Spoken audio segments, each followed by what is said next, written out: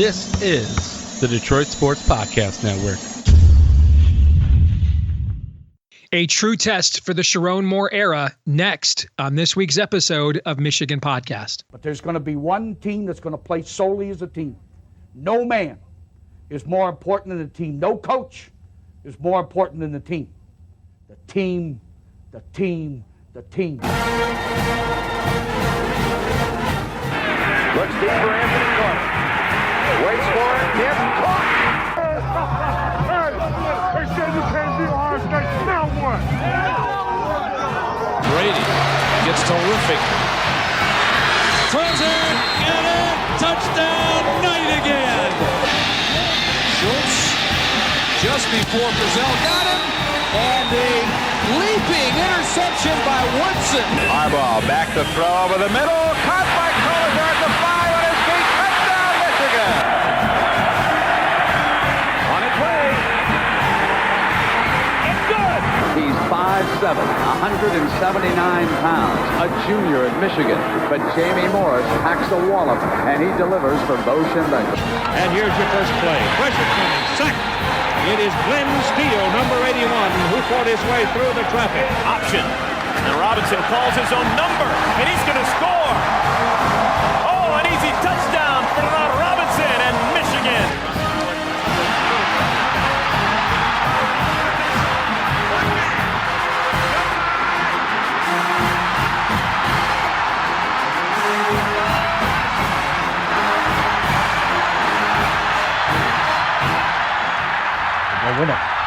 We're going to win the championship again because we're going to play as a team. And when we play as a team and the old season is over, you and I know it's going to be Michigan again. Michigan.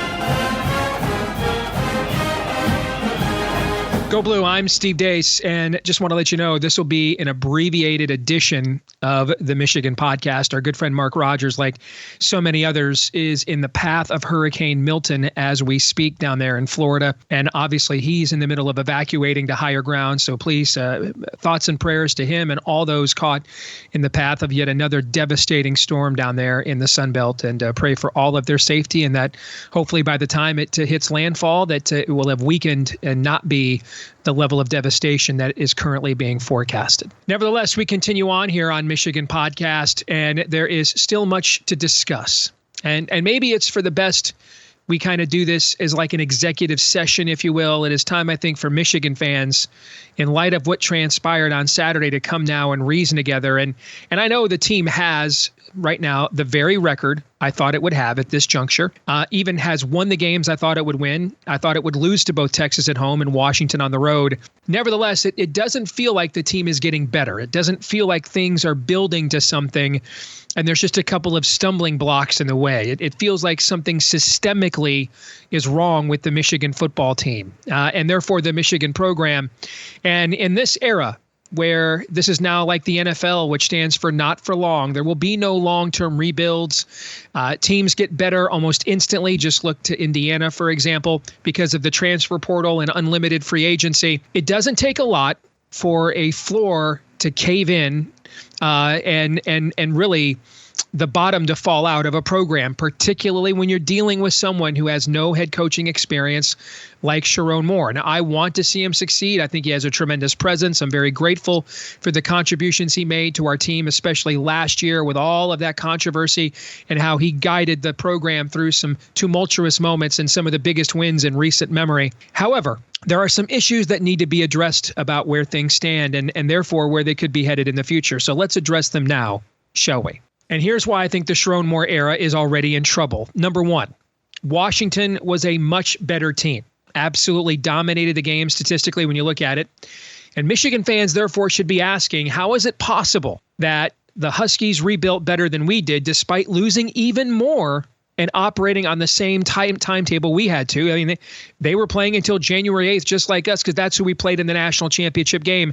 We had 19 players from our two deep returning from that national championship game. they had 6. Okay. I mean, they had to completely overhaul the total program, coaching staff, and everything else. So how is it possible, despite losing even more than we did and being on the same timetable that we had, that Washington was truly that much better of a team? Well, all of the potential answers to this question are bad. Which brings me to number 2. The team gets worse as the game goes on every single week. We saw this against Arkansas State. We saw this against USC. We saw it against Minnesota. And then we saw it here against Washington as well. So last year's team was the most dominant team in the country in the third quarter. And for those of us that grew up in the Bo era, you remember those legendary halftime adjustments under Bo, under Mo, under Lloyd, where Michigan would come storming back in the third quarter. We're not seeing that. Is that strength and conditioning with the loss of Ben Herbert? Is that the loss of culture? Is this team flinching when the previous teams didn't pucker, but instead kind of stood up to the challenge and answered it? I don't know. I mean, we're not on the inside, but what we do know is the team gets worse as the game goes on every single week. That is a very, very bad sign.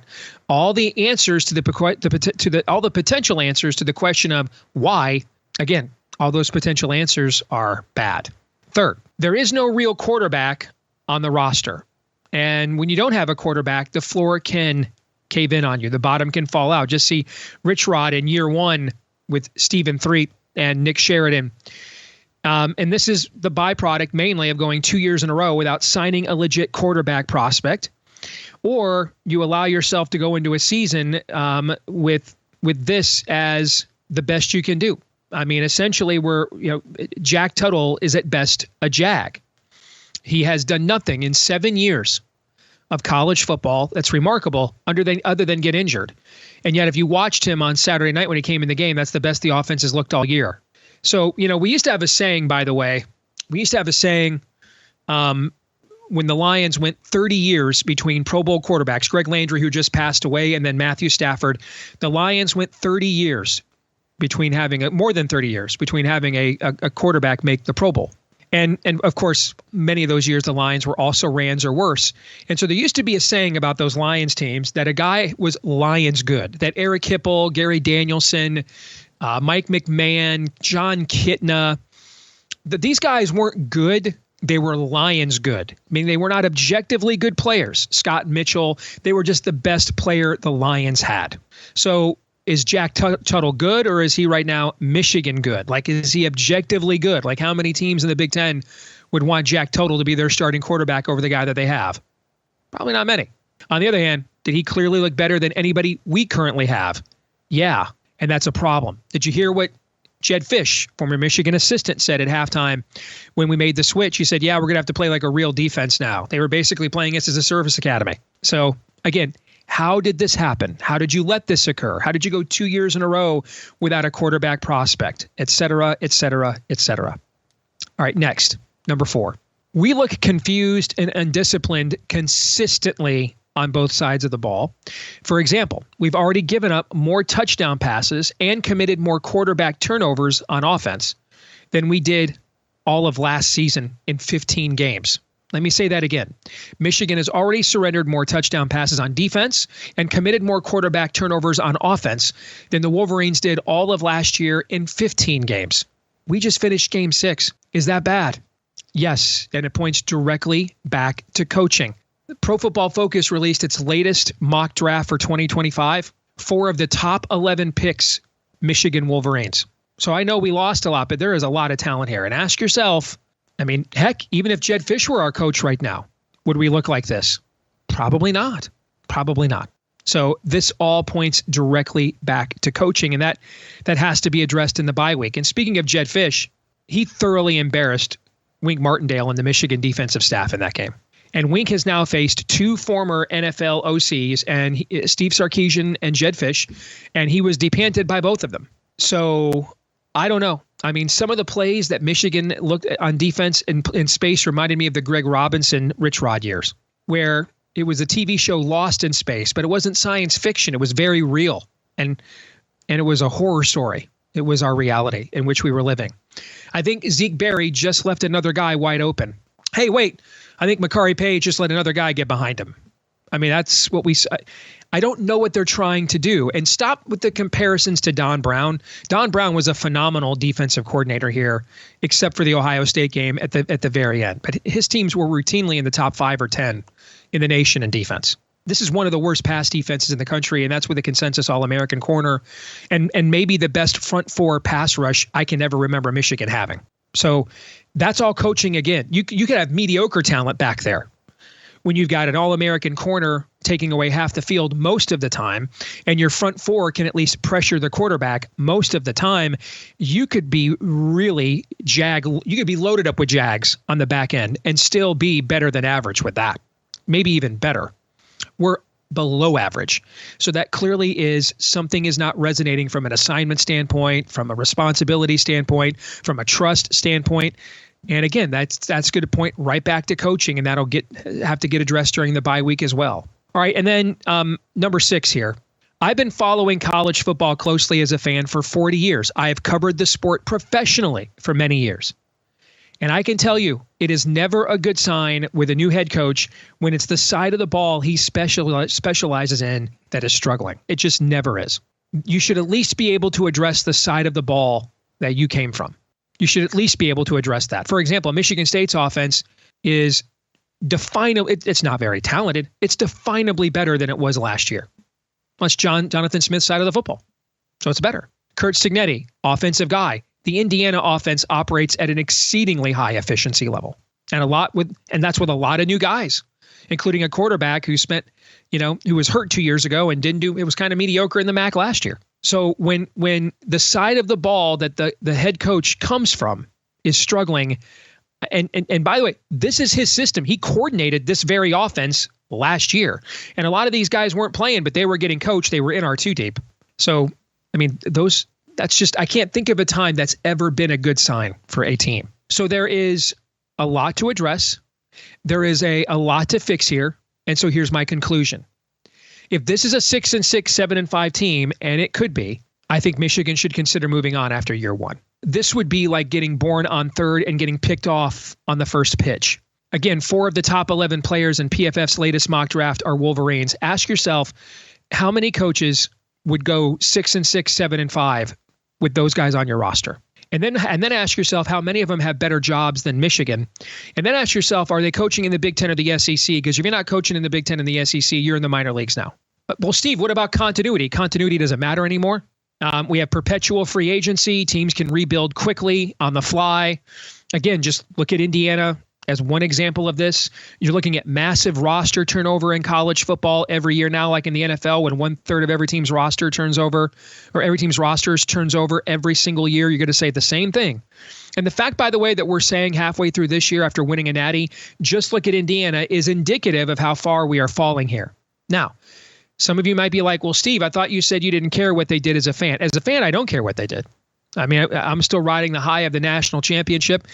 You don't see me getting mad, screaming, getting upset. I'm not really mad or screaming or upset right now, but I'm just looking at it cold-blooded analytically. And to go 6-6 and 7 or 7-5 with this roster is a terrible omen for what this means moving forward.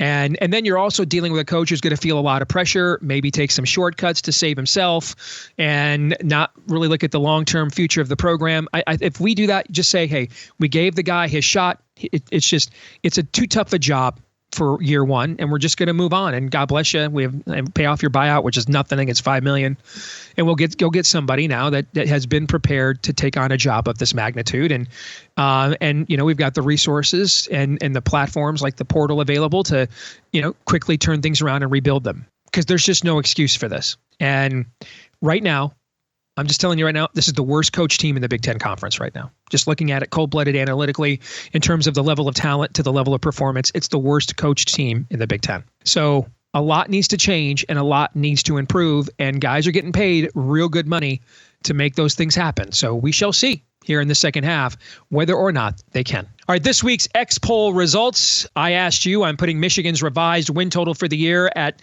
6.5. Are you taking the over and under? About 60-40. It's a little bit less than that. Are taking the over to the under. I think 7-5 is the most likely record, but I don't think winning every game but Ohio State's off the table from here. And I don't think losing every game but Northwestern is off the table from here either.